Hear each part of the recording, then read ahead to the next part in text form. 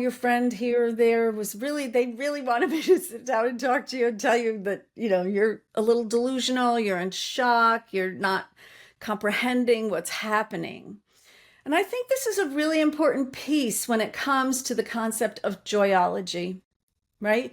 Because we have the option to choose to be a little delusional. And that doesn't mean that we're off course in life. Emotions, physiologically, they have a moment where the chemicals ease off and we don't have to keep going. And most of us in that moment, we catch our breath and we keep going, right?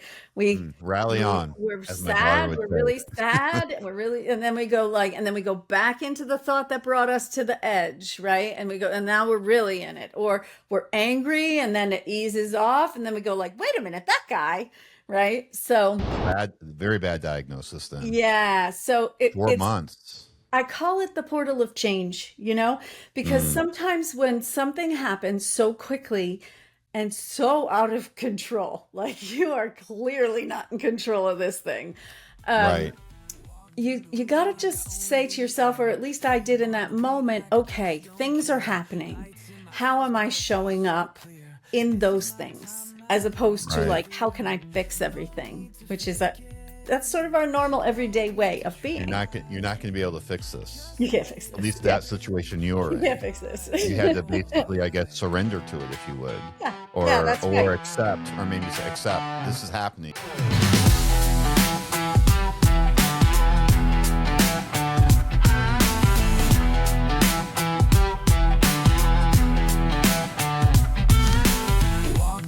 Today's guest is Donnalynn Riley. She's an executive coach, and this is what I thought was interesting: a joyologist. I like that. International speaker who helps high performers achieve exceptional business results without sacrificing well-being. She's a former award-winning CEO and Broadway designer who blends visionary creativity with a sharp business strategy to help leaders unlock powerful personal breakthroughs. So Donnalynn has been featured on Fox, ABC, NBC, and CBS, and her work focuses on creating sustainable success rooted in joy, vitality, and emotional alignment. So welcome to Vibe Your Vibe, and I'm Kirk Francis, the host. And I met Donna at a dance class, and then we were at a holiday dance party, and I gave her my Christmas card, and she scanned it. And she's like, "Oh, wow, this is interesting." And then she mentioned that she had a podcast, and I was like, "Well, do you want to be a guest on mine?" And she's like, "Sure." And then, I mean, that was just last Saturday, and here we are already. Yep. So thanks for coming and sharing a little bit more about the joyology or joyologist. Yeah, That yeah, sounds yeah. pretty exciting. Yeah, yeah. I'm very excited to be here, Kirk. Thank you so much. Appreciate that. So what can you tell us about, like, so you're an executive coach first, or a joyologist, or you mix the Oh, two together? such an interesting question, right? So I do work with individuals on their lives, and I also work with businesses and people running businesses. So they're kind of two separate concepts. Um, Obviously, they intermingle, but if your immediate focus is growing your business, I work with you in a certain way. And if your immediate focus is improving other parts of your life, then I would work with you in a different way. And yeah, they are both really rooted in joyology, right? In this Right. concept that our emotional state matters when we're interacting with the world, and that when we're able to shift into joy more often and in very specific places in our life, then we make a really big impact as opposed to just being a little happier, right? So would you like maybe equate joy as maybe like a flow state?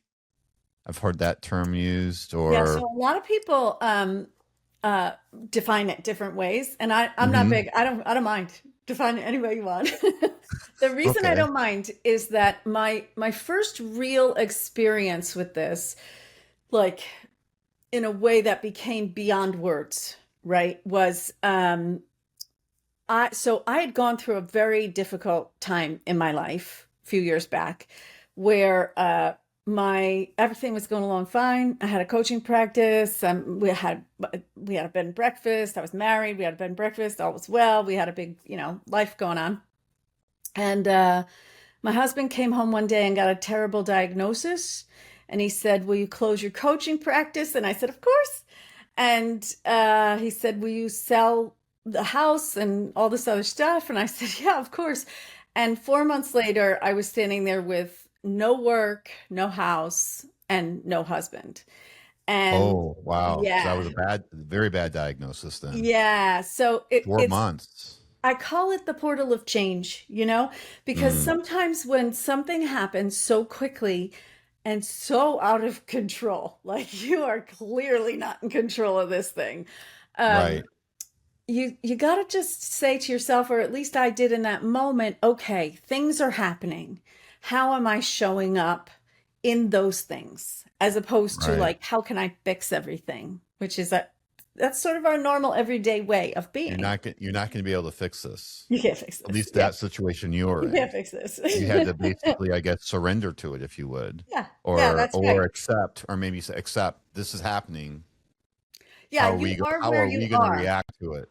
That's right, because you are where you are. It's not like you can go like, "Oh, this was a mistake. I quit my job, but I didn't mean to. Let me go back and talk to them." There are things we can do something about. But when the whole thing just falls away from you, there's really not a lot you could do.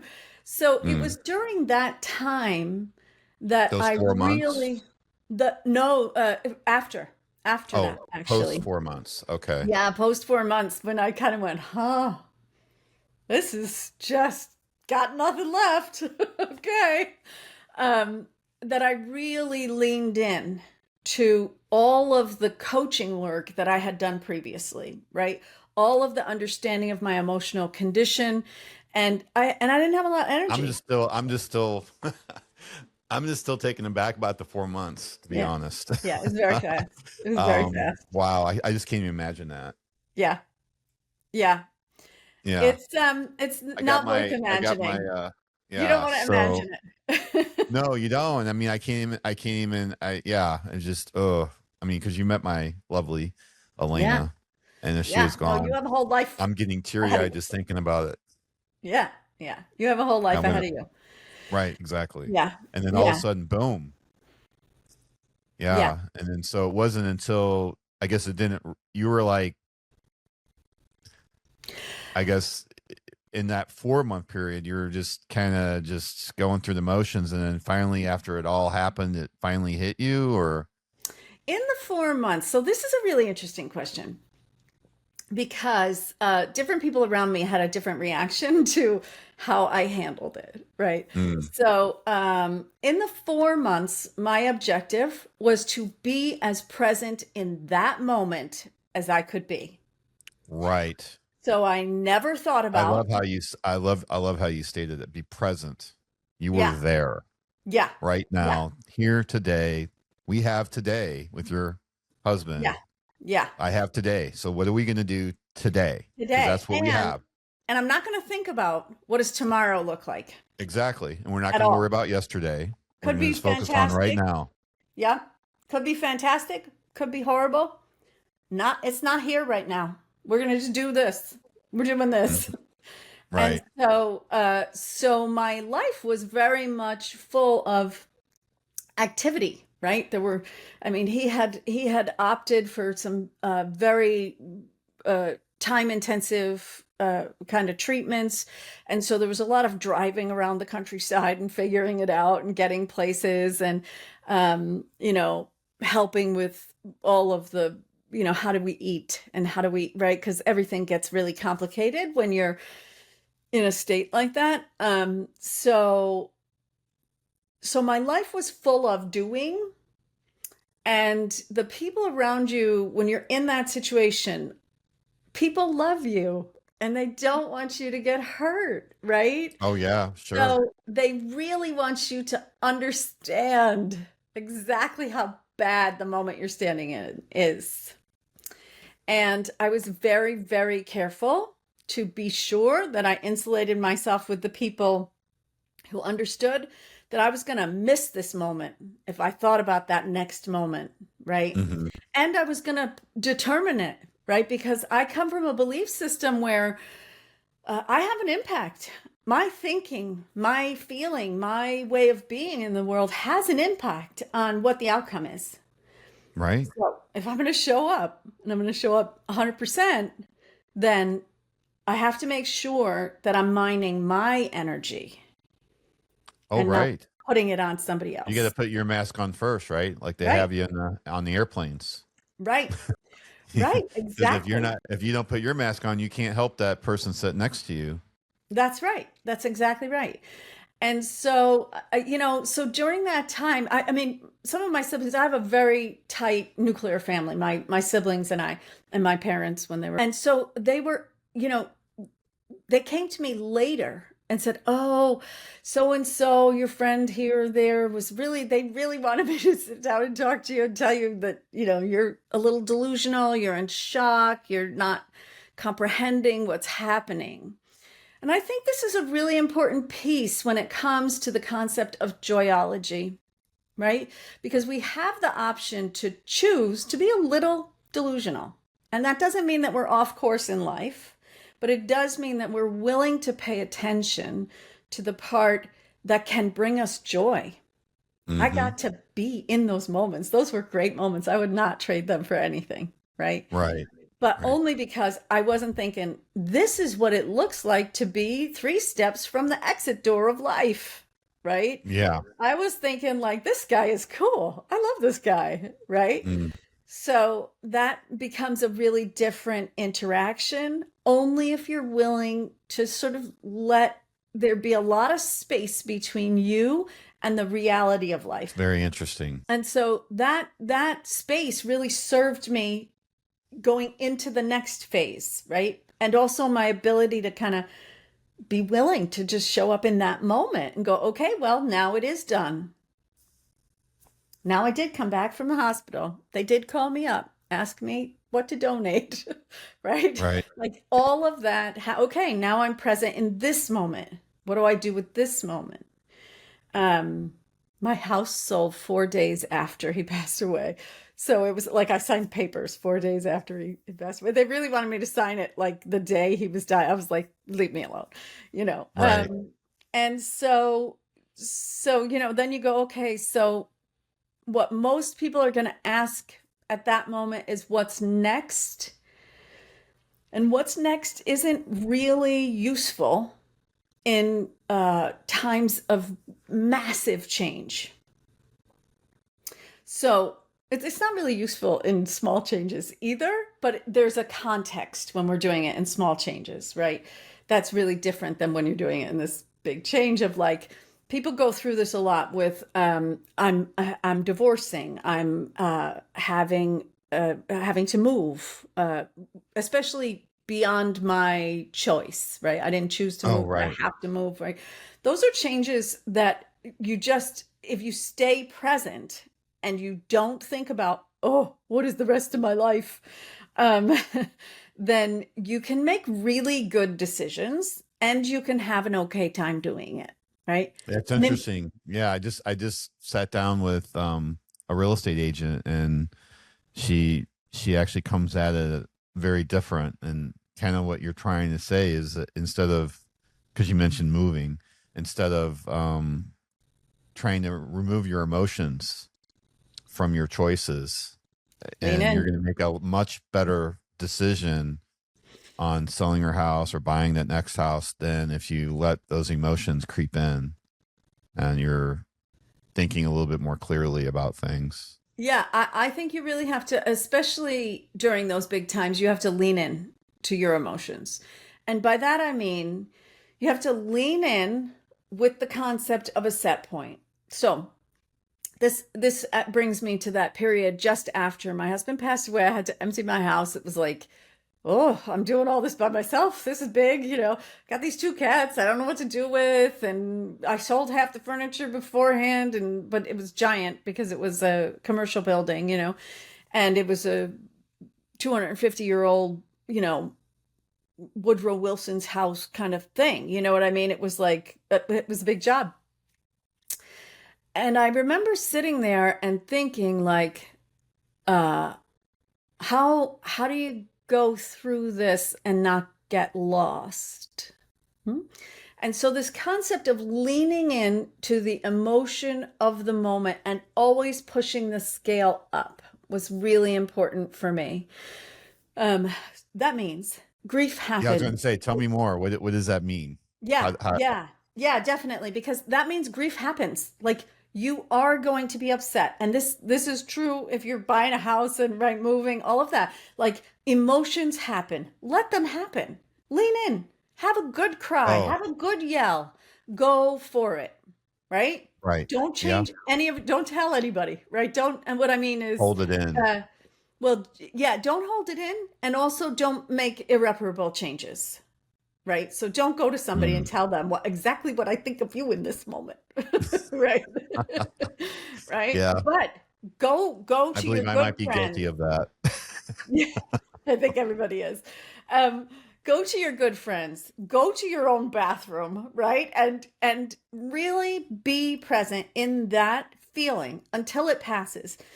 And emotions physiologically, they have a moment where the chemicals ease off and we don't have to keep going. And most of us in that moment, we catch our breath and we keep going, right? We Rally we on, we're as my daughter sad, would we're say. really sad, and we're really and then we go like and then we go back into the thought that brought us to the edge, right? And we go and now we're really in it. Or we're angry and then it eases off and then we go like, "Wait a minute, that guy." Right? So that's your window. That's your window right there.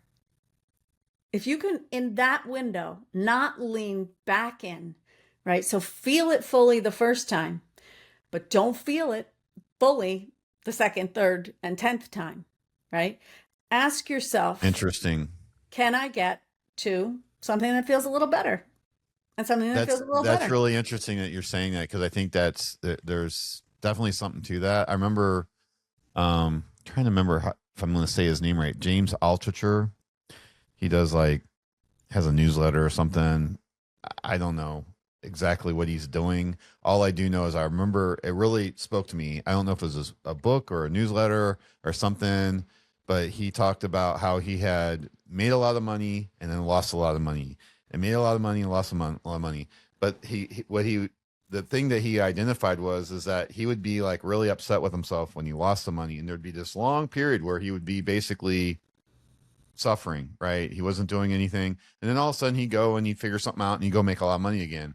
And he's like, the key that I've learned is trying to shrink that space. And I think That's it. that's what you're kind of That's talking it. about, the same kind of thing. Cause he's That's it. probably going, after he's lost a lot of money, I'm sure he's going through a lot of emotions, right? Like what you're talking about. But Yeah. And if maybe you're those piling periods where on he had guilt those and longer shame, periods, those yeah. were where he was leaning back and getting kind of sucked into that emotional state that was keeping him stuck. Am I Yeah, kind of yeah, understanding what you're absolutely. saying? Absolutely. Absolutely. In biology, we would call it a refractory period, right? It's like Okay. how long am I gonna lean into this thing? Right? It's not exactly what it means, but I like the idea of it. It feels like kind of the right feeling of the of that Mhm. sense of the But word. letting But yourself experience it, because you need to experience it. So having to yeah, hold it in is not an answer either. You have to yeah, you experience can't it. fight it. You can't fight Hmm. it, right? So because oh, so many things happen when we fight it, right? We our chemicals, our human spacesuit starts to do things that keep us in that perpetual state.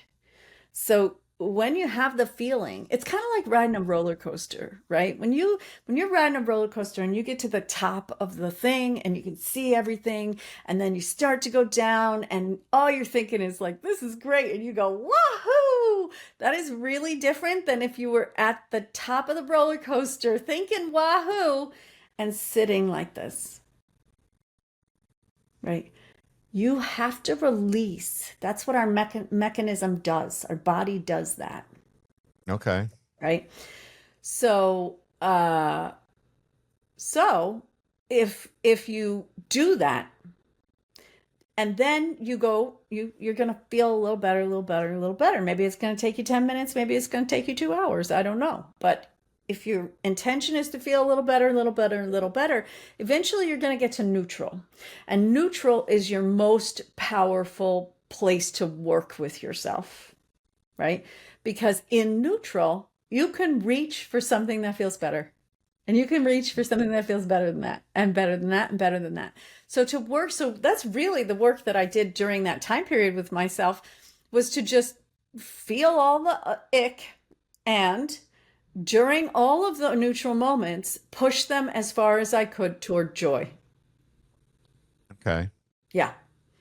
And I don't know, it was maybe, let's see, 6 months later, I had my business back going. And, I still didn't really live anywhere. I went and lived with family for a while. And it's all right. I That just, was probably a like, good decision because you probably yeah, weren't ready to make that yeah, like you're saying, don't make those decisions that you're going to be stuck with yeah, when you're in a yeah, state that maybe you're not capable of really fully realizing all the implications of those decisions. yeah, that's right. That's right. Yeah. And in my case, I mean, so I think it's sometimes people view it differently when you have a different launching point if you're getting a divorce than if you're becoming a widow, right? It's a different sort of launching pad. So divorce Right. has so much good momentum in it, right? Because you're angry, and or many people are, and you can utilize that energy. Whereas widowhood kind of leaves you like, whoo, all the dreams just died. What happened, right?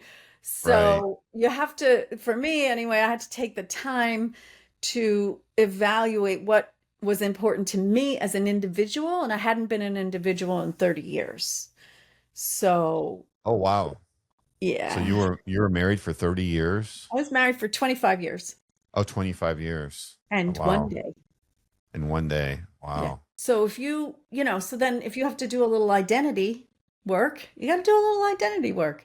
But the important piece Right. of Because it, probably I'm guessing the majority of your life, I think I can say that's true for myself and my wife. yeah. The majority of my life, we're a couple. Yeah. I mean, even if we count from the time we were born, Yeah. which there's so many, then you're part of a family, you're part of this family group.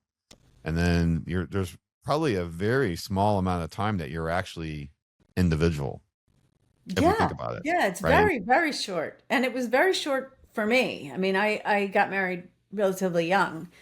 My husband Hmm. was a bit older than I am, but yeah, Yeah. So your entire life essentially is identified as this couple yeah, situation. yeah, yeah. Yeah. And now So you're by yourself. that's right. That's right. So what kind of work did you have to do to get to kind of know who is Donnalynn, I guess, right? Is that Yeah, yeah. what Who am I without this person? And I feel like first of all, I feel like it's really important to mention that like all of this takes a high level of skill. So if somebody is going through it, they may, if they're highly educated about this stuff, be able to do some of the things that I'm talking about right now. yeah, but is this But kind a of lot like, of you wouldn't, even if you're an attorney, you're not going to represent yourself that's right, and in and a and a court of lot of law, times right? people kind of use it So to even if you are skilled, it's maybe not, you're still not, what do yeah, they you call shouldn't it? do it You're going to alone. have blind spots, It's right? hard to do it alone. It's harder to do it alone. Yeah. But I will say that I feel like there were so many really good opportunities for me, right? Because I had all of the tools that I had learned from my original licensure actually is as a spiritual health coach in the coaching world, and then I'm also certified as a biofeedback specialist. So between the two, we got body, mind, and spirit going on, right? And Right. between the two, we have a lot of tools. And then I practiced for, I don't know, 10 or 15 years before all of that happened. So how to do some of the identity work when you're going through a massive change like that, one of the biggest things I think you can do for yourself is to, at every decision, ask yourself, how do I feel about it? And sometimes you'll get an automatic answer like, oh yeah, no, I know, that's the dream. And it isn't necessarily the dream from this moment, right? We're going to tie back to that being present in this moment because now you're in a different place. And so you have to really work from that place. So when it all first happened, I thought, okay, well, my point of reference of being an individual is when I'm like 20 years old and I live in New York City and I'm working on Broadway and I'm doing all this stuff. And so maybe I'm gonna be her. She's really different than who I was 30 years later, right? So, like, maybe Right. I'm her. I don't know. And as time went on, that shifted. Yeah. So you take the identity that you can grab a hold of in the moment and you work with it and allow it to shift. And then as that shifted, I was like, there's some parts of that that just don't fit me now. There's parts of me that don't get to be expressed in that because I am somebody who had that relationship, right? Right. I You had am another that. life beyond that. Yeah, exactly. Yeah. And also, there's an enmeshment of the energy of two people when you're that close for that long that, when you pull it apart, it's like a piece of you goes with them and a piece of them stays with you. And Mm, so you're not the same interesting. person that you were before you met them, and you're definitely not the same person that you were when you Now were that they're married gone. to them. Okay. And Wow. that happens in divorce, in separation, in lots of relational conditions beyond just Hmm. uh, death. So I guess what kind of comes to mind to me and I think about is like if you're working with somebody like that, and maybe even for yourself, if you were to ask yourself, well, what brings me joy? I guess Mm. some folks might have a difficult time even answering that. Yeah. What brings me joy? I'm not even sure I could answer it right now. Because it's such a big concept. It's like, okay, I have to have a thing in my life that brings me a certain feeling every time I do it. I don't even feel that way about dance, and I love dancing, right? Okay. So I think the question, rather than what brings me joy, is how can I access joy within me? Because Right. then you're doing something That's really the different. way you said that. That's the more sustainable achievement, right? Yeah. Yeah. Yeah. Because Yeah. if you're depending on a thing, a person even, right? Um, you should be good without. I mean, I know some people might say that's kind of mean to say, but I should be good without my wife, Yeah. And also right? she doesn't bring you that joy every time you see her. Do you know what I Yeah, mean? pretty much. Like there She's are practically times perfect in when every way. That's what she likes to say. well, I don't know about you, but at least in my life, there are I'm times when not. like the toothpaste paste cap is in the wrong place and I don't like it, and that person didn't bring me joy in that moment, right? Doesn't mean I Right. don't love them, but it means that there's no sustainable way outside of ourselves to access real happiness, real joy. Right. And this goes back to putting that mask on. So if you can tap into Yeah. how you do that internally and it's not dependent on something or some person or some activity, Yeah. then you're going to be better for yourself. And I guess that leads into that's going to be better for your business. It's going to be better for your relationships. You're just Yeah, going to be because at, you recover, you have resilience then, right? right. And you have a good life you like. Like who knew? Right? Um Yeah. but I also want to say that like how I got to this place where I call it joy is I decided right during that time period, I decided that what I needed to do was surround myself with the things that I felt like spiritual practices basically. I needed to lean into the things that made it okay for me to be quiet and to be with myself, right? And that's what I mean by spiritual practices, right? I don't mean any kind of religion, anything, whatever works for you works for you. But there has to be a way uh, for the door to open, for you to be quiet and in your own body and mind and able to just be. And Right. it's really hard to do that by yourself during times of crisis. So for me, Oh I yeah. leaned in. It's hard to do. It's hard to do, period. all the time. Yes, it's true. Yeah, It's true. even if you got everything going for you, That's right. it's not an easy thing to do. So That's right. So one of the, I do have a yoga. I do yoga, and that's, if you go to a instructor led course. I mean, I have a great instructor, and that's, she always calls it the monkey mind. Gotta yes, let the that's right. monkey. You gotta get rid of the monkeys. Yeah. Yeah, that's right. That's right. So one of the practices that I leaned into was is a spiritual leader in India who I have been with for over 20 years, maybe 25 now. Um, and uh, and I got the opportunity to have that space. And one day I was in that space in his class, and I guess I smiled or something. I don't know what happened on my face. But when we were done with that particular asana, he said, "What was that? What was that that went across your face?" And I was like, "Oh, I don't know the word for it. It's it's wonder, it's awe, it's joy, right? There is no Yeah, word for it. I would That's call the it thing. tapping into the source. Yeah, it It's is. amazing when it happens. It's happened to me once, Yes. Yeah. Because when unfortunately it once, and happens, then once you get it, and it's like, yeah. man, I wish I could do that again, and then just, I don't think you can force it. No, no, you You cannot. you have to allow it, but it's not a forced thing. Well, one of the It's things just he said to me in that moment is that's what's there for you when there's nothing else. So when there's nothing, when you have, for me, literally no things in my life. I didn't have kids, so I didn't have any things in my life. No people left, no, right? I had yeah, sold the siblings, house, sold the right? business. Exactly. But even when we have that feeling without having to lose all of the physicality in our lives, right?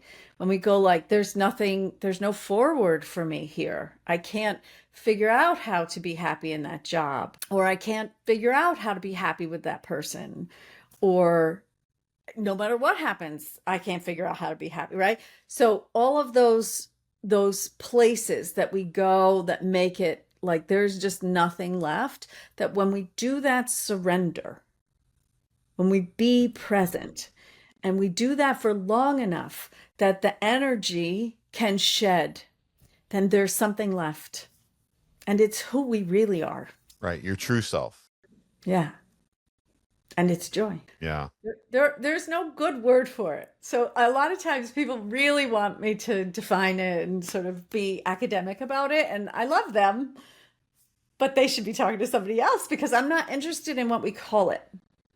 I'm interested in, can you feel it? Can you Hmm. prepare your body?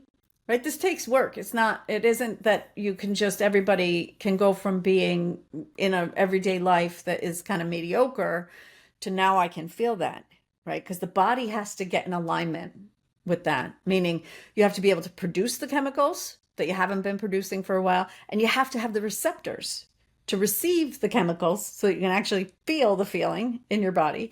And all of that takes some effort. It takes some work. Okay. So in your practice, what exactly does a what does that look like? Well, so that's interesting, right? So I have a process I call empowered joy, where we really bring these practices that allow you to find the joy. And the basis of it is what we've been talking about, right? It's that like when we're in neutral, what can we do to get to something better? And then something better, and then something better. And life is going to come around and give you a little smack upside the head because it does. It Right. does that. That's what life Yeah, does. life's not fair. It's not. No, it's not fair, and And it's never going to it's a be. roller coaster. It's a roller Right. coaster. So Yes. yeah. Not fair, and it So never will be. So the sooner you accept that, the better off you're going to be on trying to achieve this. yeah. And sometimes for some people, depending on their background, that may mean learning how to let go of or shift guilt and shame And, a lot of things that we carry around without realizing it. So I make it sound really simple in this because obviously we can't do deeper It's work not in though. this container, I can right? use my father as an example. His dad, um, he was farming the family farm, and then his dad come in one day at the end of the year during Christmas time, about this time of year, and said, "I leased the farm to so and so. You need to get out at the end of the year." And it just tore my dad up his entire life, literally until the day he died. He couldn't let go of that. Yeah. And he never sat down with his dad to find out why. And, I mean, I can imagine there's some bad reasons why my grandfather did that. I can also imagine there's actually some good reasons why my grandfather did that. One of the things I like to think recently, because I was talking with Keith Thorne, and what came to his mind almost immediately was interesting. He's like, well, maybe your grandfather thought your dad was better than that. Mm. And he did. He became a high school administrator doing counseling work, impacted numerous children's lives over the years, probably numbered into the thousands, if not, hundreds, if not thousands. And, imagine a life where he just worked on the farm and he never did any of that work. So, Yeah. Who's to say? It's the unfortunate part though of all of that is that my dad never accepted it. Right. He never just said, okay, it happened. And I had this great career and this great life. And, he just never could let that go. I guess that's kind of what you're talking about, Yeah. Yeah. is That's the holding piece on to where something. we have to be willing to be present in this moment, right? Like it Mhm. happened. It happened. Period. Right. It And it happened. sucked and it Yeah. wasn't fun. Yeah. Yeah. But then And being able to look at all the different things that you've been able to do because of, that domino fell over. And I guess, what is it called? Stoicism is kind of a thought process where, yeah, this bad thing happened, but then I like that Chinese proverb where I think it's a Chinese proverb where the guy gets a horse and then everybody's like, oh, that's great. And then his son's riding the horse and he falls off, breaks his leg, and they're like, oh, that's horrible. And the yeah, guy's like, yeah, oh, yeah. yeah, okay, maybe. And then they come around and they're conscripting men for the war, and his son can't be conscripted because he broke his leg because he fell off the horse. Oh, wasn't that great? And he's like, yeah, maybe. And it's just like, that's just the way life is, right? And I think Okay. that's kind of a good example, maybe what you're talking about. And it's like I look at my father's situation. Yeah, his dad leasing the farm out and him having to move off of it. Yeah, that's looked horrible at the time, but then you look at all the other events that happened afterwards and go, well, wow, he wouldn't have been the impact he was in the community and all the children that he helped out, and taught and however else he impacted them all those years. 30, I think it was a 30-year career in education. Wow. So yeah, so it's you just never know where these things, and for that, look at where you are now, and look at Yeah. all those horrible things that happened to you, and now how many lives you're impacting since. Yeah. So a lot of times, particularly with family, we have an expectation that their behavior will be our behavior, right? Because we Okay. think we have an identity, an overlapping identity. Sometimes we do, but most of the time we just think we have the overlying identity, right? Okay. And there's this sense in being human on the planet that you're, what it's like to be human. So you know how other people want to behave or should behave or what their drivers are, or right? And it's 100% of the time not true, right? So 100%, not even 100%. 99. I can guarantee you do not have it right. Even when they go, oh, yeah, yeah, that's right. That's exactly right. That's not exactly right. Right. Mhm. So, this trying to understand other people's behavior brings a lot of suffering, particularly when they're close to us and they're a parent or a sibling or somebody that we really trust, a spouse, right? Children, when children grow and then grow up and then behave in ways that their parents don't like,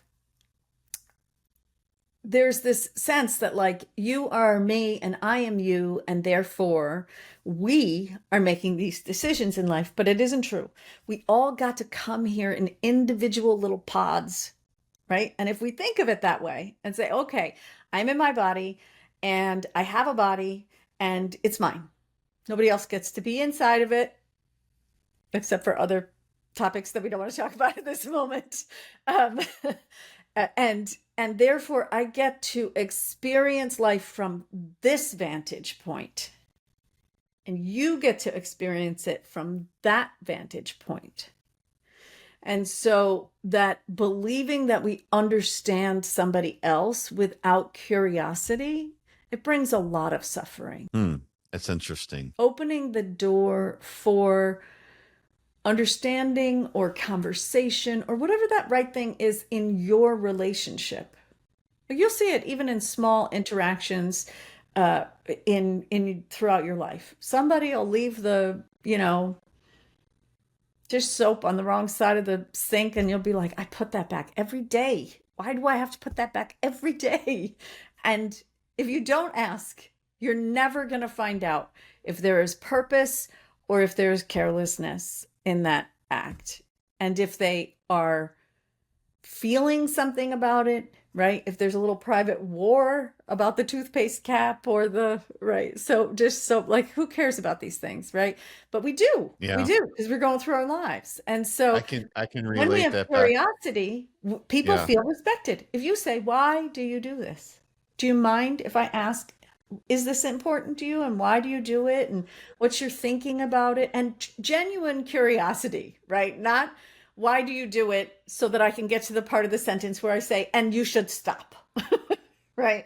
But right. genuine conversation and curiosity about it. I wonder, maybe also expressing how it makes you feel, but in a calm way. You can, you can. When you have larger issues, that's definitely important. But I think the step that most people skip is actually just opening the door for the other person to say what they are experiencing. Hmm.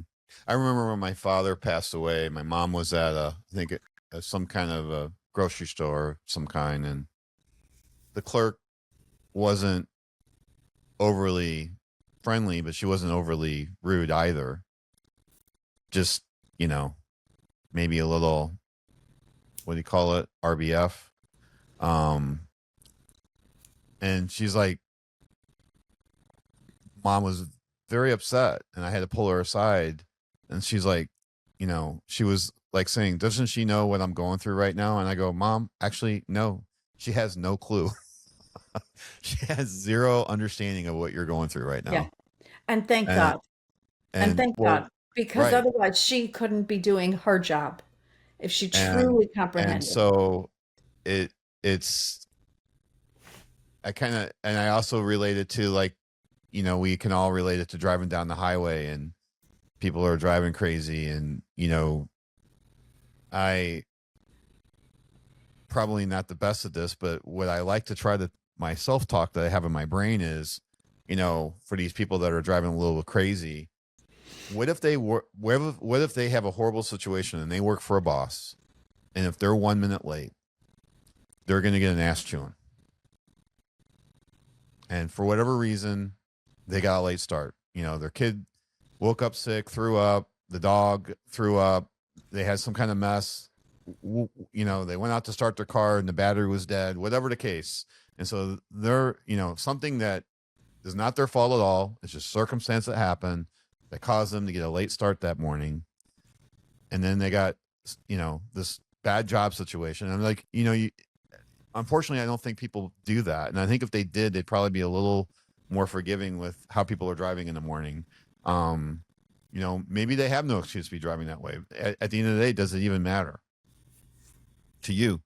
Is it impacting your life? I mean, if you can make sure you're leaving safe distances between you and the other cars, and you're driving as safely as you can, then just let them do their thing and forget about it. And it's a lot easier said than Yeah. done. Yeah. Yeah, And absolutely. Absolutely. And you really hit on the big point there in that you know, when we judge other people by our value system, then we don't get to be present in that moment, right? Because when the guy is whizzing past, it's South Florida, like everybody drives crazy. And and when the guy is whizzing past you and you're thinking about them, then you're not getting a beat in the moment that you're in, right? And so wow, I've never that, heard it. I've never actually heard it framed that way, but that makes complete sense to me. yeah, yeah, Wow. yeah. It's a That fact, right? judgmentalness that you have, and we fall into it so easily. We do. Even We're wired to do it. and Our here you're brains are mentioning wired to it, do and that. I bet you fall into it, and you even know it. Yeah, yeah, yeah. Yeah. Well, we're wired to do that as We're humans. We wired to are, do that. yeah, Really absolutely. interesting. Yeah, because our brain's primary function is to keep us alive, right? So Okay. judging what's happening around us is really important, right? Is that Right. dangerous? Is Okay. it coming toward me, away from me? What do I have to do to stay alive around it, right? Whether that's a car or a bear or whatever it is, right? Okay. Um, and so So we're wired to do this we're wired to do it. judgmentalness. Yeah, Okay. yeah, yeah. And so this is a really what a good So for millions opportunity of to years, talk I about guess, right? body, Depending on your mind, and thought. sorry? For millions of years, we've been, think about, like you're saying, like a bear, like out in the wild, I guess, is it millions of years or hundreds of thousands? Anyway, humans for a very long time have had to be in that space where, Yeah. is this a danger to me? Now in modern 2025 society, not so much. And so I guess that's Yeah, where and where well, we're I at. think it's a really important place to kind of look at who's in charge because the brain is an incredible tool. We love the brain, but it should not be in charge of our experience in Right. life. That It's ego. not, that's not its job. Its Right. job is to keep us alive in this physical environment, right? Hmm. And the body has a different job than that. And if we put, instead of the brain in charge of our experience, we put the spirit, right? The intangible, the space of silence in charge, then we have a really different experience going through it. You really reminded Interesting. me of this. I took a while back. I took my sister to the airport. It's South Florida, so it's a little crazy driving here. And I took her to the air to one of the farther away airports, and we were driving, and the highways are giant. There's 4 or 5 lanes, whatever, in each direction. And all of a sudden, a car went straight across. We're all going 70 miles an hour, straight across. And I'm in the far left lane, and there's a concrete wall there, right? There's the little concrete things. And the car hits the concrete and bounces back into my lane. And there's traffic everywhere. And I thought, I started to think about where did that car come from? How did that happen? And then I thought, no, no, be present, right? All this was very fast because I Right. practiced. So I get back to it quickly. And then I thought, where's the space? How am I going to get from where I am to where I'm going? And a little tiny sliver of a space went through this big 18 wheeler on the side of me. And I just went right through. And everybody else hit the brakes. And there was chaos behind me. And we were the only car that made it through. Wow. And I think that's a really good visual for us to bring into our lives and say, listen, if I'm willing to stay really present and not judge it and not worry about what happened to those people, and right. And it wasn't until maybe 10 minutes later that the adrenaline that had gone through my body started to find its way out, right? Because that's what happens in your body. Your body speeds up, makes your brain go faster so that you can function at the speed that you need to function in order to stay So alive. everything actually, you're saying speed up, and then your sense of it actually it slows That's down. right. Your sense slows down because you can think faster. That's right. So, and so I'm driving along, and just like anybody who goes through any sort of traumatic event, my body starts to shake because it's got all this adrenaline in it. And I'm sitting next to my sister who is also an energy worker. And she says, "Oh, listen, I got a tool for you." And while I'm driving, I do this tool. And maybe 90 seconds later, all of that residue is gone. Wow. Right. So that can be your experience as you're going through life, but you have to put the focus in the right place and you have to put the right person in charge, right? When you're choosing between body, mind, and spirit. It's not always going to be comfortable. Your body's not always going to be happy. It's not always going to make sense. Your brain is definitely not going to be happy about it all the time, right? Because it will not make sense. But if you put that intangible piece of you that has guidance, that is a guider in charge, my brain was not doing, well, maybe my brain was doing calculations, but I was not cognizant of it, right? Right. I just was like, whoo, let's hope we're in the flow. Yeah. Yeah. Let's find a spot through versus just slamming on the brakes. Yeah. Wow. That's very interesting. Yeah. And I think that's how you go through life, right? That's going to happen Right. every day. You've got these curveballs. You got these cars going straight perpendicular to the traffic. Makes no sense. You have Yeah, no it makes idea no what's sense. happening around Right. you. Yeah. It's interesting. That's a really interesting way of looking at it, because it so many times we get caught up in trying to figure it out. Yeah. Why? When it actually doesn't matter. You just need to steer past it and keep going. Yeah. And that really is the brain trying to keep you alive again, right? So that really is your brain going like, we have to get this information because if that happens again, we have to know how to predict that it's going to happen earlier so that we don't get into danger. Like there's really good reasons that we think all the stuff we think. It just doesn't mean that it's good for us, right? That it's the best way to have a good experience going through life. Yeah, that's quite interesting. I had a former boss of mine, and I remember when we would not get a deal, he would just get so caught up in like, why didn't they buy from us? Why didn't they buy from them? I'm like, I don't know. It doesn't matter. They didn't. So we need to move on, keep them in our tickler file, reach out to them again in 3, 6 months, 12 months, but let's move on to the next thing. And not everyone's going to buy your product that you're selling. I'm sure everybody that's inquired for your services hasn't came through and followed through and purchased your services. It's just, I love how you're putting that, because it's innate in what we do, that we want to know why. Yeah. And I love that you're bringing in this it time in into our business. life, it doesn't matter. Yeah, that's right. And I love that you're bringing it into business, right? Because we do have business practices that are about review and understanding and getting better at our jobs and getting better at presenting to people and getting better, right? All the things that we want to do so that we can serve the people that we want to serve. And yet there's still going to be a time when you have to let go, right? So this is an important piece that most people put in the wrong time slot, is the time for review.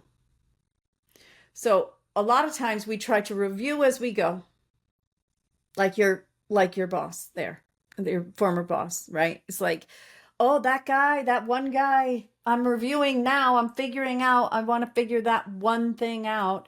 And it's keeping you from the other 17 sales that you should be making in that moment. And it's not in its proper perspective. So when we set aside time for review, right? Because judgment's not evil. Judgment's excellent for you. It's just not appropriate in every moment of your life. So setting aside time to review certain things in your life and know, like, I am not going to think about that until next Tuesday, or I am not going to think about that until quarterly, or whatever that is, right? In business, there you can really regiment it, but even in your personal life, you can say, right, I don't think about that until I'm in a good mood in the morning, sitting there with my nice little cuppa, right? Right. And then you I can think about think a little bit more clearly about it. Yeah. Instead of being emotional. Yeah.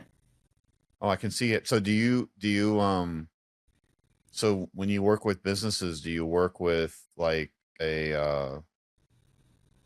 as like workshops, or do you do working with just the executive team or the owner, or? So I've worked in all different capacities like that. For the most part, I work with business owners and CEOs. So Okay. I work directly with them. And sometimes I work with them in a coaching capacity and sometimes in a consulting capacity or a Can you explain the combination. difference? What Yeah, does that sure. mean? In coaching, really, we're going to sit down together and we're going to look at the business together, and we're going to figure out what your role is, and then we'll shine some lights on things that you can do to shift your energy and your business, right? Which is really different than as a consultant really going in and looking at the strategy and the tactical pieces as well. So that's the Okay. big difference.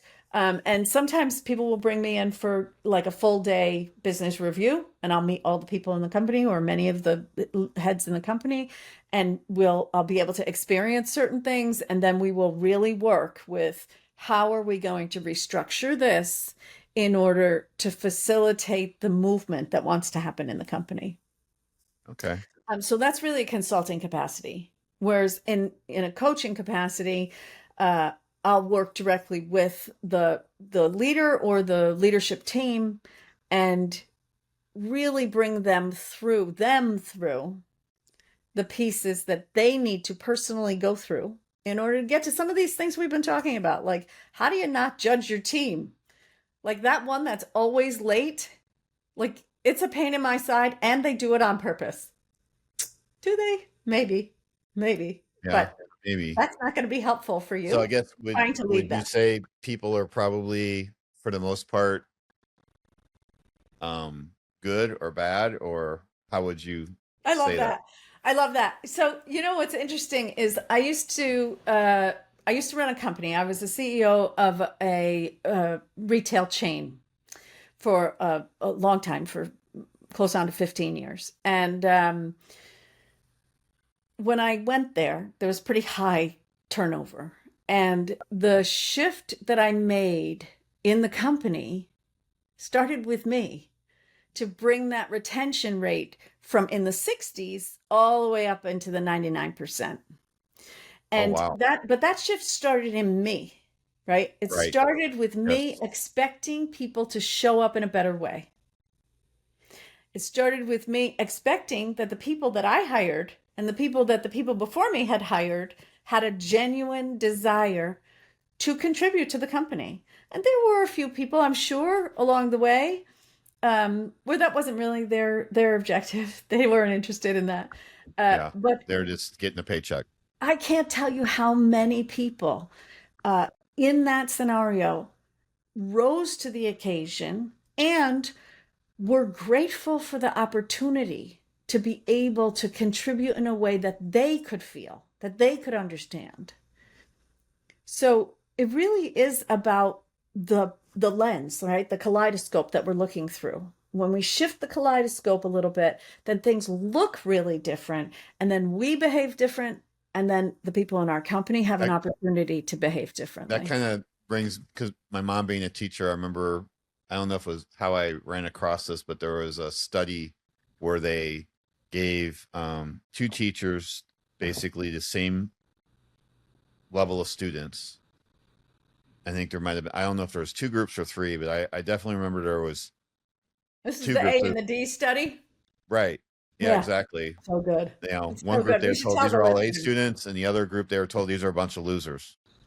And guess what? The ones that, and these, all the kids were equal, but the ones that were told were losers ended up getting the D's. The ones that were told were winners got the A's, because why? They did what the teacher expected, and she expressed that. So you, as the CEO, express this expectation that everybody here is an A student, versus if you would have came in there with this expectation that everybody here's a D student, then they would have definitely delivered on that. Yeah, yeah, And they would yeah, have gave you what you, they would have give you what your expectation level was. yeah. That's What's really absolutely interesting, right. I have a client and I know the people in that team, it was just, he expects excellence, one of the partners. And I just remember listening to one of the people there. He wasn't even around. He's like, "Oh, I have to do this because yeah, he would be disappointed if I didn't step up. Like, he's expecting me to be this person. And I think that's a lot of it. But if they thought everybody was a loser, then they'd be like, well, he's not really thinking I'm going to be doing that great, so I'm not going to do that great. Yeah. It's miraculous what happens when we kind of hold the space open for people to stand in their brilliance and to step into their brilliance, right? Because a lot of times they don't even know they can do it. In the theater, my first career was in the theater, and I worked on Broadway as a sound designer. And when I was really young in the industry, I worked as an electrician. And in the electric shop, they had a saying: if you want something impossible done, give it to somebody who doesn't know better. And really, it was about expectation, right? It was about having tried something so many times that you knew you couldn't do it. And so they just said, find somebody who doesn't have the expectation that it's going to be hard or that it's impossible, and they will figure it out in this way that if you're well educated, you know you cannot, right? And so sometimes knowing a lot is really a disadvantage. And we have to open that door for other people to be that little bit of light, that little bit of brilliance that we need in our companies, because we can't Right. do it. No. Yeah. You got to have, yeah, it takes a team for sure. If you're not able to let go of things, you're just fooling yourself, and it's going to be impossible to get it all done. Yeah. Took me a long time to let go of that. I mean, even as an artist and a photographer, I always wanted to be the one to do the photoshopping and the processing and all of that. And I mean, if you're really cranking out a lot of work, it's not possible. You can't be all things Yes. on a And set, that and you is kind of your know that from your opportunity. artistic side. Yeah, that's right. And that's your opportunity. So a lot of times people feel like, especially in that initial hiring process that you were just talking about, where you go from solopreneur to having some sort of team, there's this moment where you feel like, okay, I guess I have to put up with the way other people do things. And if I educate them enough, they can probably do it the way I want them to. And this is hard, but I'm going to do it because I don't have time to do it all myself anymore, even though I'm fussy and I want it all done the way I want it done. And in fact, if you flip that on its head and you understand that this is your opportunity to bring some collaborative, creative element into your world, then you attract people who have something to contribute to the brilliance of your work. And that's true Mm, whether you're doing artistic work or whether you're selling cars, right? Doesn't matter right. what the Yeah. venue I is. remember something happened. I can't remember what it was now. I don't know. Something happened. It was probably my fault. And what I try to tell my team is, I go, ultimately, it's always my fault. It just is, being the leader. I mean, that's the nature of it, right? If you didn't help them out by giving them a heads up that something was coming down the road that they should have known about. Anyway, I just remember when you met Julie, Julie was just beating herself up one day. I forgot what happened. I can't remember. Um, but it was and this was a case where it was clearly my fault. And I go, Julie, that's okay. It's my fault. And you just need to keep on going and keep doing. And we're going to have mistakes and stuff's going to happen. And it's not going to feel good for sure. I'm not asking you to ignore your feelings that you feel horrible about this happening, but, um, but we just got to keep moving ahead and, okay. Yeah, we didn't do well that time. Yeah. And, and I just kept trying to tell her, I go, and this is a case where, in this case, it was truly my fault.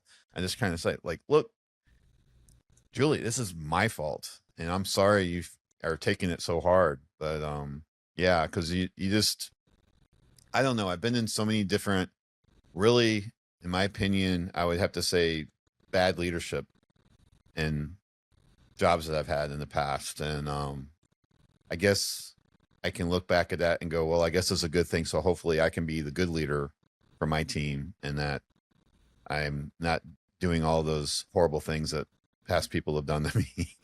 Yeah. Just Yeah. never did like like the whole testing people and then not really letting them know that this is a test. Yeah. As an example, just being a little bit more transparent. I mean, I understand that you can't always be 100% transparent. I'm sure you knew that, as when you're can't tell everybody everything you like. There's times that you like to, but I don't know. It's just it's been an interesting path for me to be where I'm at today, and then Yeah. having the incredible team that I've been able to piece together, and just I'm in a good space right now, and it was really interesting meeting you, and Yeah.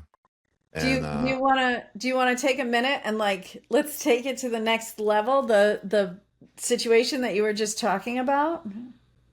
sure, why not?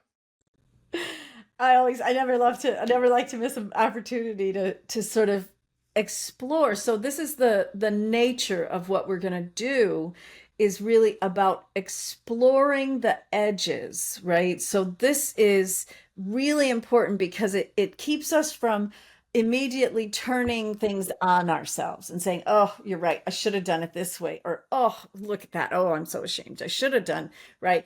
But instead have this attitude of exploration and of curiosity of yourself and of other people, and of like, how does this play out when I am different? So that concept of bringing the non-judgmental into the relationship with team members, it's huge, right? Because it's not just we don't judge them, it's we don't judge us either. Right. And so when we don't judge us and we don't judge them, then we have a lot of facts. We have truth. This happened.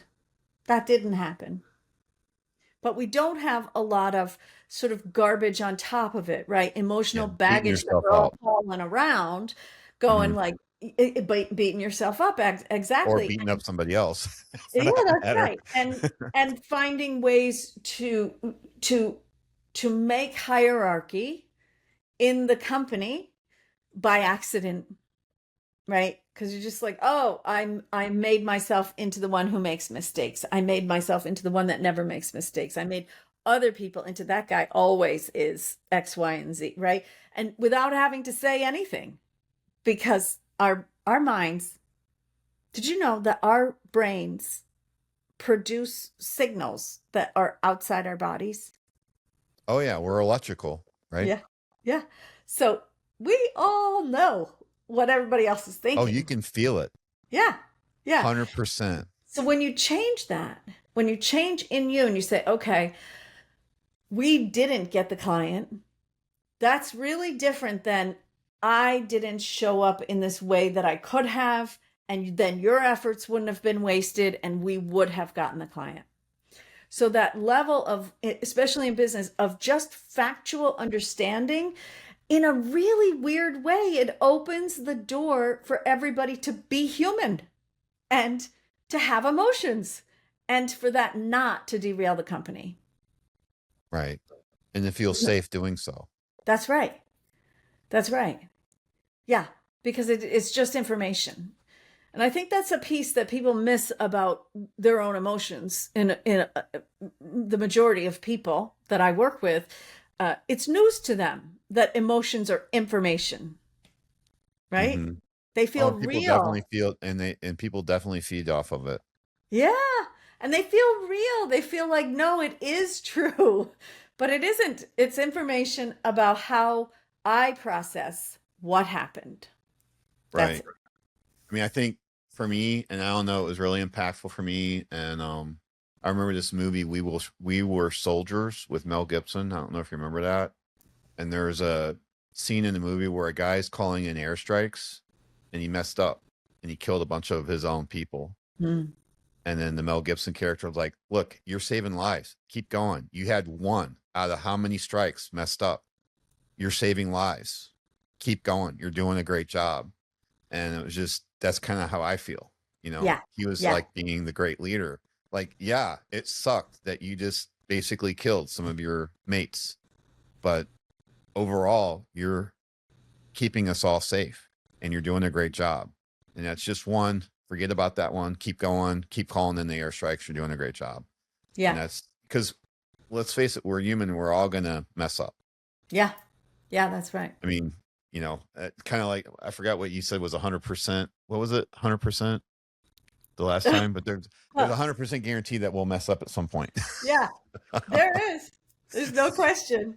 We're humans. Yeah. And it feels like that's our downfall, but really that's our superpower, right? Oh, But you really? have to So how's know that? how to. I always like to think of the body as a spacesuit because it gives me this great visual of like learning how to use my spacesuit, right? And so if I had a magic I like the cartoon shows. What are the not really cartoons, but like Marvel Universe and things like that, right? And uh Iron Man has this great suit. You see the holograph in front of him and he's doing the Right. thing, right? If you know how to work the suit, this thing, then you have a really different experience, right? You can call in backup you don't even know you have, right? Right. So that piece of it is really, really, you don't get to do that unless you lean into learning the skills of how to And then utilize. how do you, I guess, and the other part of it is, and this is where I feel challenged myself, is that I know a lot of what I need to do and I just won't do it. Yeah. Yeah. Now we're talking. Now we're talking about alignment, right? So, So, how do we get into flow? You called it earlier, into alignment with the thing that we actually want, right? There's right. resistance on the trail somewhere, or you'd be Resistance. doing it. Yeah. Right. That's what Stephen Pressfield, is it? The War of Art. I don't know if you read that book. No, I don't Talk think I about read that. talks about resistance. Yeah. Yeah. Yeah. Yeah.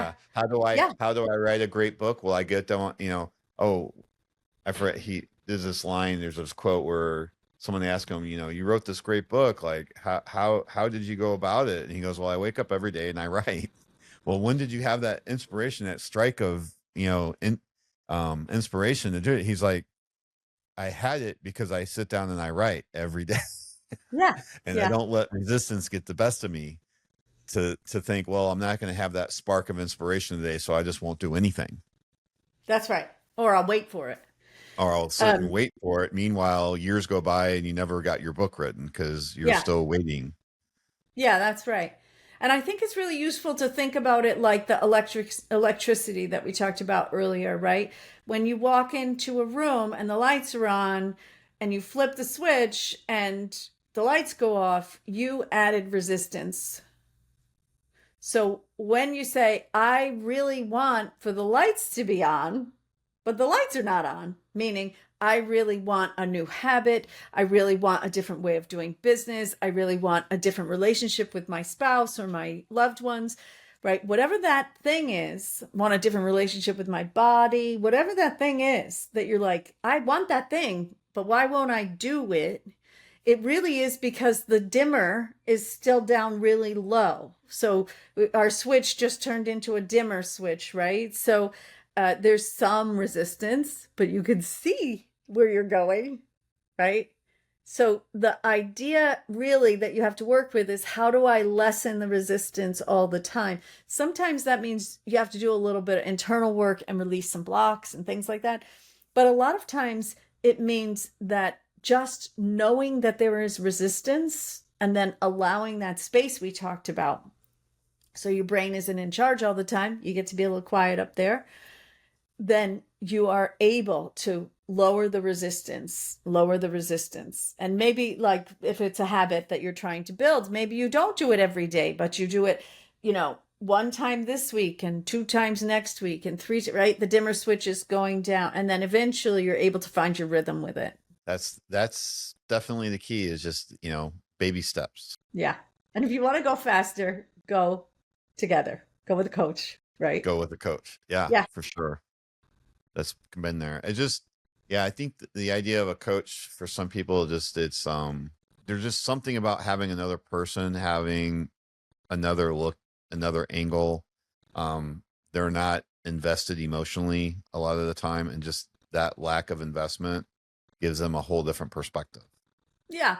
And I think a lot of times we don't really get that coaches are trained.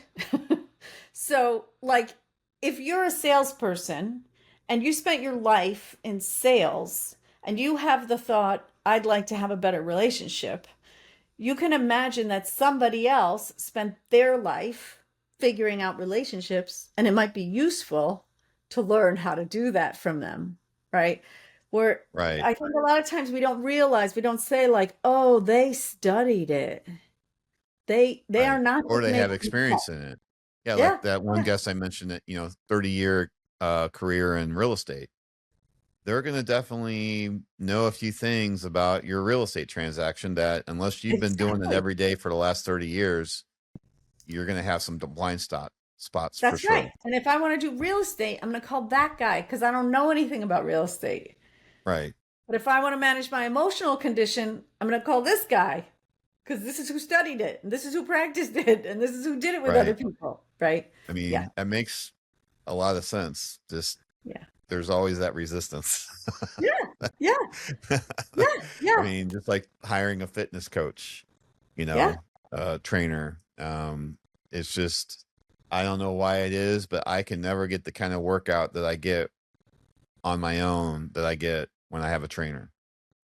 Well, because they hold the space of an incredible workout because they Right. studied it and they practiced it and they know how to do it, right? So this is a really interesting thing in terms of like how do we be inspired? A lot of times we think we have to be inspired by the guy in the magazine or the TV show that we watched or right. So we take these things really far outside of us and we say I'll use that as my inspiration, except that they're not able to hold the door open for us because there are so many what we call internal and external objections that we have to that, right? We have true objections. My husband won't let me, but I'm not that thin, tall, short, whatever it is, right? The whatever. I'm not that. I wasn't built with those kind of muscles. I wasn't built with, right, whatever it is. Um, and if we have someone who stands in front of us and says, oh, you should lift this weight because this is the appropriate weight for where you are if you want to get to where I am. And this is the way you utilize that so that you don't get injured along the way, Right. then That's there's important. huge benefit to that, right? So we're both dancing, right? So I love to dance. I danced when I was young. I went to performing arts school when I was really young and I was a dancer and then I didn't do it for 30 years. And then I came back 2 years ago and my only objective was to like figure out where my feet are, right? And now along the way, I twisted an ankle. Oh, I fell down and made a softball on one of my feet by accident. I twisted a knee. Right, all of these things had to be worked out. If I didn't have dance teachers, if I didn't have people teaching me how to deal with my body, right, how to recover from injuries, how to make better muscles, how to exercise those little muscles so that I don't twist my ankle or do the other things that lead to that, right?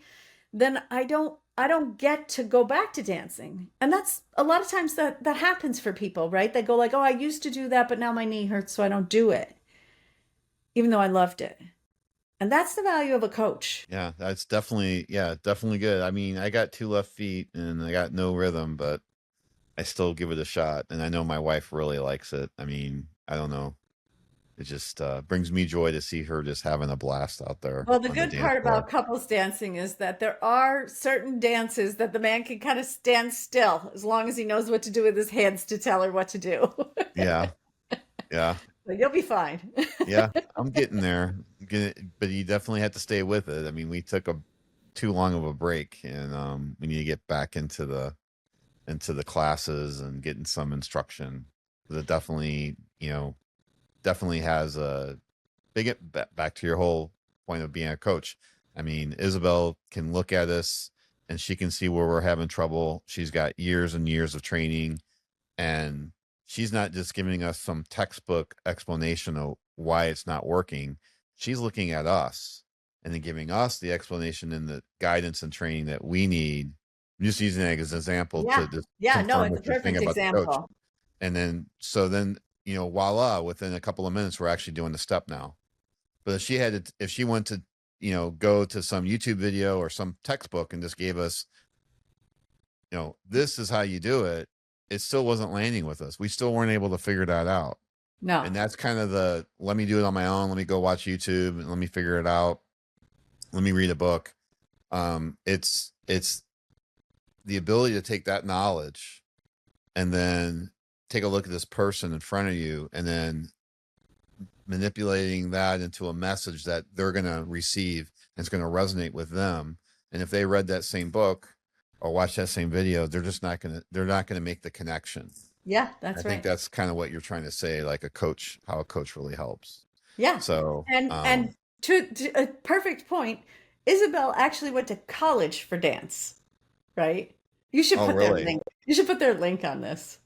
The Yeah. Well, ambulance I was wanting to do one of these with her too. Yeah, And you talk should about dance. definitely, because I adore that studio. She's so great. But she went to college for dance. And to talk She about did. your energy too. You talked about energy like radiating from you. Yeah, You feel it when you walk into that studio. you do. I've walked You into really dance do. studios where you don't feel that. Yeah, You know what I'm trying to say? I yeah, don't know if yeah, you absolutely. experience that. So you walk into her studio and it's got just a positive vibe, energy. I don't know what you want to call it, but it's It's a uplifting dancer's studio. just to sit in her space, Yeah, like at that party and all those other people there, and all of those are bringing really good energy to that whole scene. yeah. And hopefully And I she's didn't got bring it great down any male notches. And she's got great male dance teachers who are trained and are right. So, like, it Right. isn't just she's got a really good team. So, it's not just her. She's No. got this amazing team, and they're all really well trained. And so you look at that, and they also have this ability. I mean, I don't know why I'm telling you about her business, but I adore these people, so why not? I think they also have this ability to have a central message that they believe in. And this is important in companies, right? That there is this core belief that we're going to have. And if you're selling Mercedes, then maybe the core belief is Mercedes are better or safer or whatever. I don't know anything about cars, so don't take my word for that. But I think that they have a really central belief. I hope they don't disagree, because I've never had a conversation with them about this, but about how anybody can dance, and that when you dance in person with a dance teacher who knows how to lead you in this way, you can learn in a way that you can never unlearn it. And it can be a part of your life that is really enjoyable. Yeah. And there's also a lot of health benefits to dancing. Yeah, yeah, absolutely. Absolutely. It helps, I think, with something in the brain. I forgot what it is, but there's definitely some There's science crossover behind it. cognition. There's all sorts of things in the brain that are going on when you're So able to move your body in a way that crosses the midline, and there's huge health benefits. huge health benefits, right? Yeah, Exactly. yeah. Probably maybe a little bit of fitness, but I think for me, it's more the brain, Long-term um, health. Yeah. Long-term long-term health in terms overall of health. there's lower instance of Alzheimer's and If you saw how Parkinson's. happy Elena was out there dancing, you would be like, why aren't we not here all the time? Yeah. So definitely gave her joy. So yeah. And that's how we met. So that's another thing is you get to meet all kinds of interesting and fun people that are able to share. So I do appreciate you coming on here and sharing. I got a couple more things here. So one of the things was that I wanted to say is you said that there was a free gift. Is that right? Did I get that Yes. right? I didn't want to miss Yes. that opportunity. You Yes. want to tell Yes. us about So that? Yes, absolutely. So I think you guys are going to put all the links to, like, if you want Yeah, more information about me or I have them whatever, here. Yeah. all that's there. But this is such a good thing. I'm really excited to give this to your audience because it's a really tangible way to go through the questions that let you know, where am I in my development. So it's called the Inner Performance Assessment, Inner and performance it's at assessment, right? innerquiz.com. Quiz.com. Thank you. Yeah.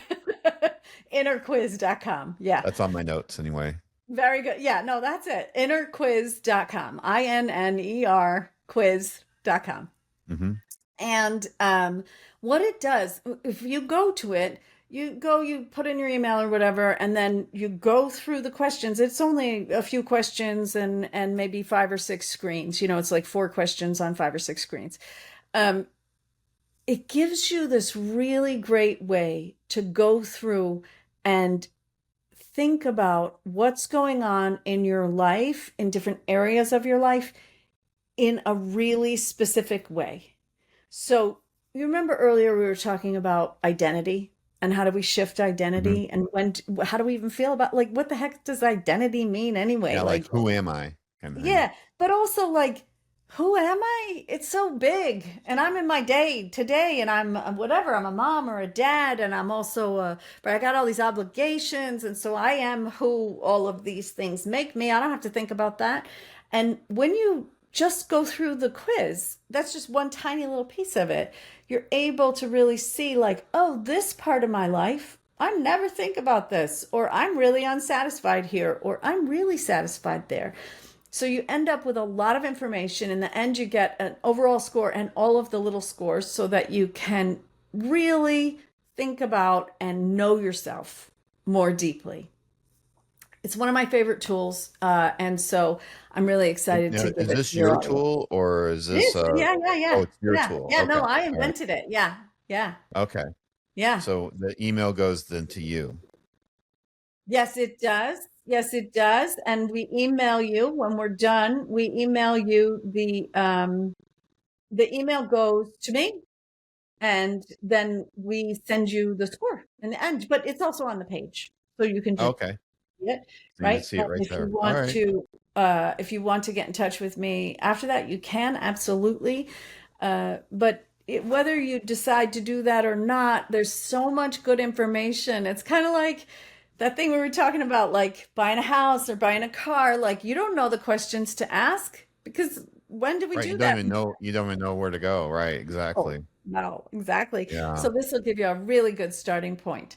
Okay. Um, Great. and it's really about your person. So I have another quiz that I do with companies and people who run companies. So the other question I had is, you had this goal, right? 42 million people to prioritize or Yeah, joy. yeah. Um, where did you come up with 42 million? So that is such a good question. I don't know if you remember, but a long, long time ago, uh, I was going to say back when I started meditating, but I probably meditated long before that. Um, there was this study that was done that was about critical mass, and I actually got to participate in the study, which was amazing.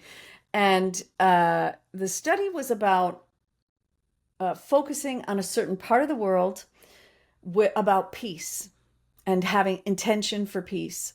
And Oh yeah, I think I know Slim this. McTaggart did it in early in the 2000s. I just had a friend of mine. We just had a private conversation about this. Yeah. And so when she did this, what she discovered, first of all, is that we could have an impact, that crime rates went down, that violent instances went down, that humans could have, who were remote, who were not in the situation, could have an Right. impact on what was That happening didn't that know day each in that other. place.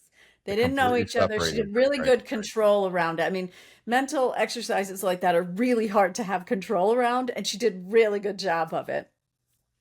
Where she didn't release the information until the last time, minute, and she did different times in different time zones and things like this.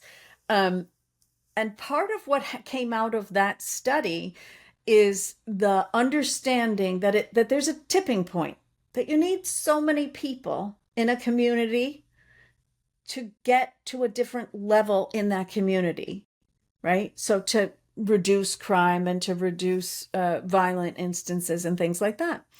And so when I was thinking about like what really is the impact that I would like to have on the world, that I would like this work to have on the world, it really was, I want it to be global. And what you would need for the whole planet to be different without even having to know about it is 42 million people. 42 million. That's the Yeah. tipping point. Yeah. Okay. Yeah. All right. Cool. Yeah. Well, And hopefully, the truth this, is, hopefully reach a few people here. I got just 180 followers. Hopefully, I have 181.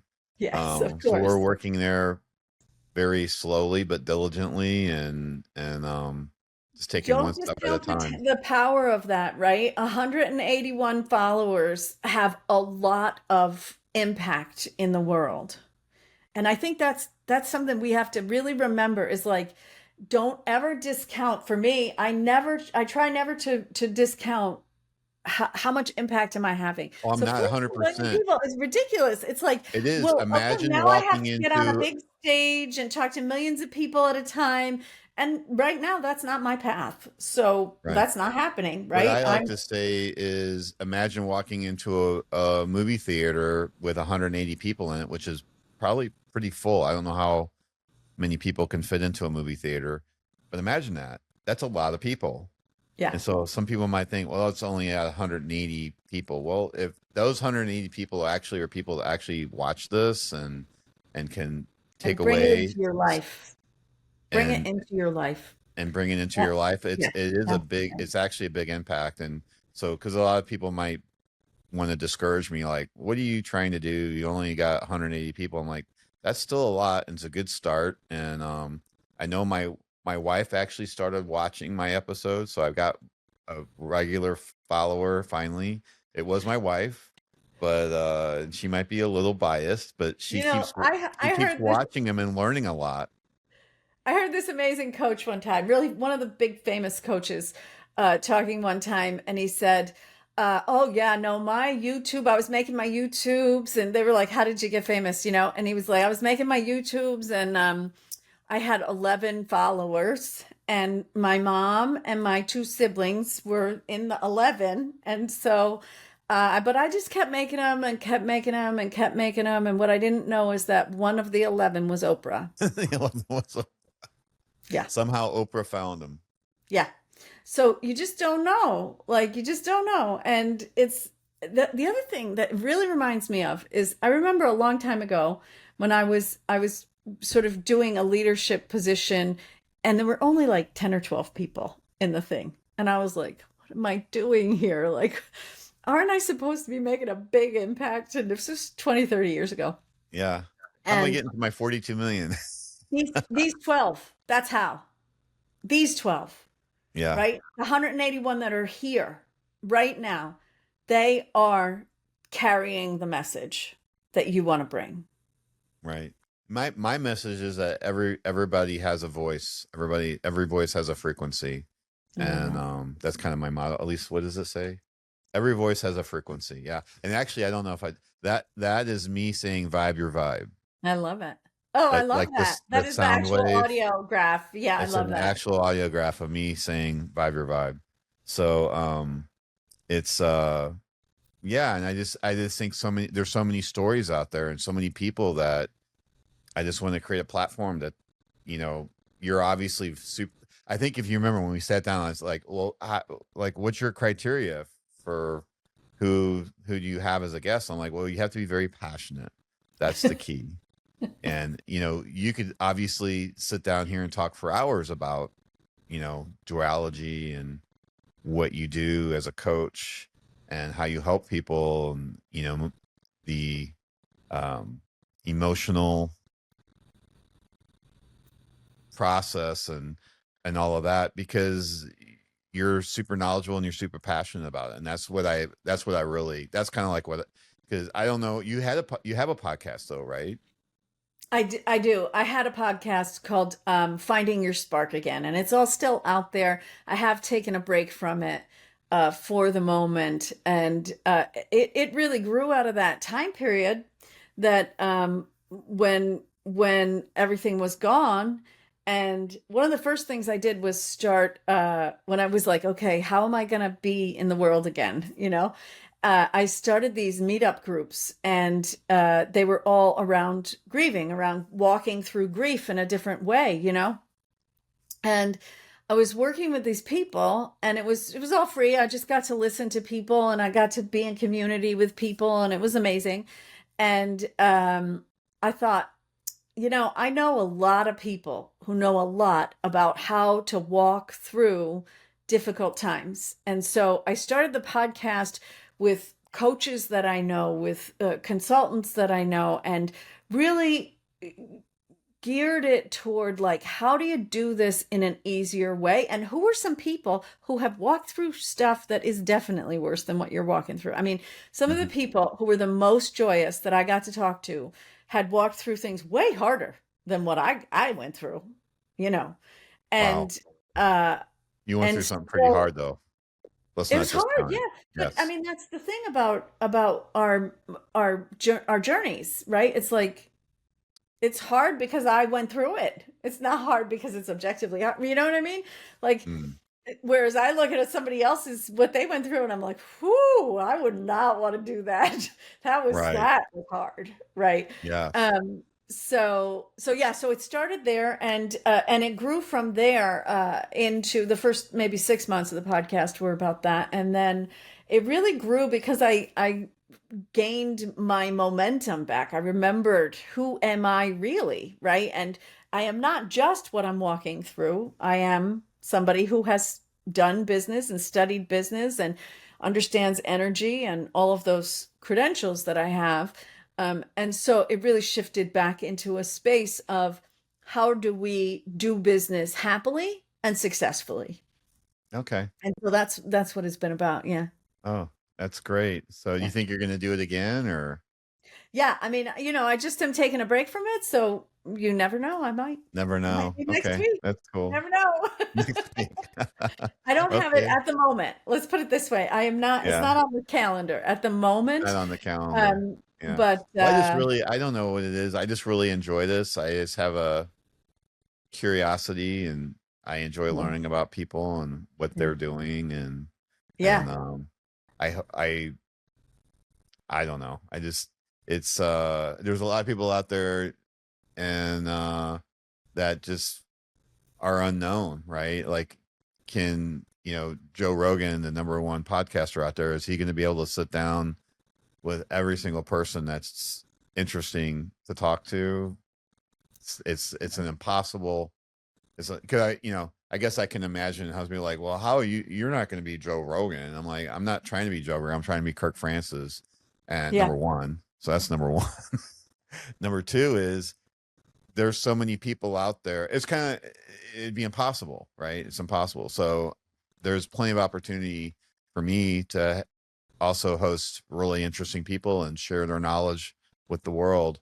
And I guess the other thing is I don't know, lost my train of thought, but anyway, um it's been a fun journey. Definitely it's been a fun journey. I just started this in May. Yeah. So it's not. It it really reminds me of like the chorus, right? It's like, does a chorus sound good with one person singing? No, it does not. It sounds Mm, better when there are more people. when there's And more the people. yeah, we can carry each other through that, right? We can join forces with each other. And I Yes. feel like podcasting is an amazing place to do that, where as you said, you get to meet people who are incredible, some of whom people know, some of whom people have never heard of, right?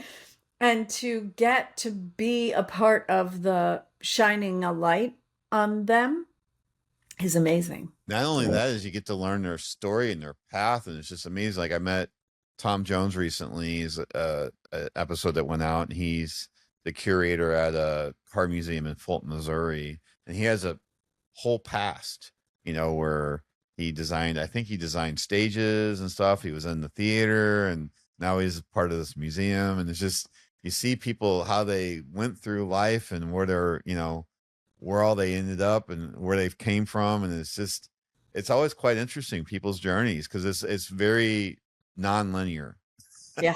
for the most part. I've Yeah. not met anybody that had this super linear pathway in their life. It's always, all these ebbs and flows, and just like with yourself, you CEO of bed and breakfast, you had a horrible event in your life, and then you took that around, and now you're a coach, and it's Yeah. it's Yeah.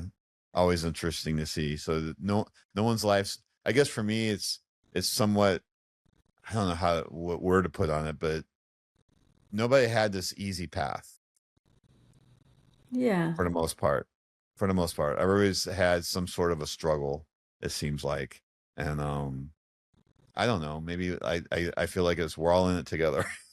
I don't know. Nice. That's really So, nice. well, Donnalynn, thanks so much for joining me. And we have Yeah. that free gift. So that's innerquiz.com, inner performance assessment. And then we'll share, you have your website and Instagram and Facebook and LinkedIn. Where do you usually hang out? Like, are you usually on one of those, or when you post to all of them at the same time? I tend to, well, so funny. When all these things started, I was like, I'm going to do this on this platform and that on that platform and that on that platform. And I'm not going to like my people on different platforms, the same people on the same platform, different platforms.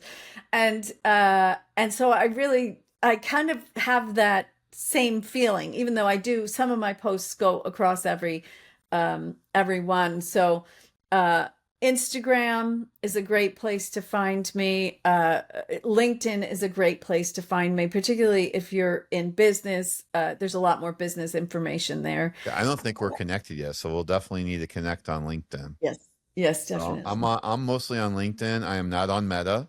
So Meta made Okay. that choice for me, but that's okay. I'll let them. And so I'm not on Meta anymore. I do post on Meta, just so people know. The show has its own Meta accounts, but me personally, I'm not. My team takes care of all of that. But mostly I'm on LinkedIn. If I'm on a platform, it's LinkedIn. So that's where you'll see me. So anyway, again, thank you so much for joining me for Yeah. this time, and we'll be looking forward to hearing what you have next, and maybe I'll be being your dance partner if you can tolerate me That's it. Yes, again. of course. Of course. All dance is good dance. Let's go. Okay, thanks so Yeah. much, Donnalynn. Yeah. My All right, bye pleasure. bye. Bye.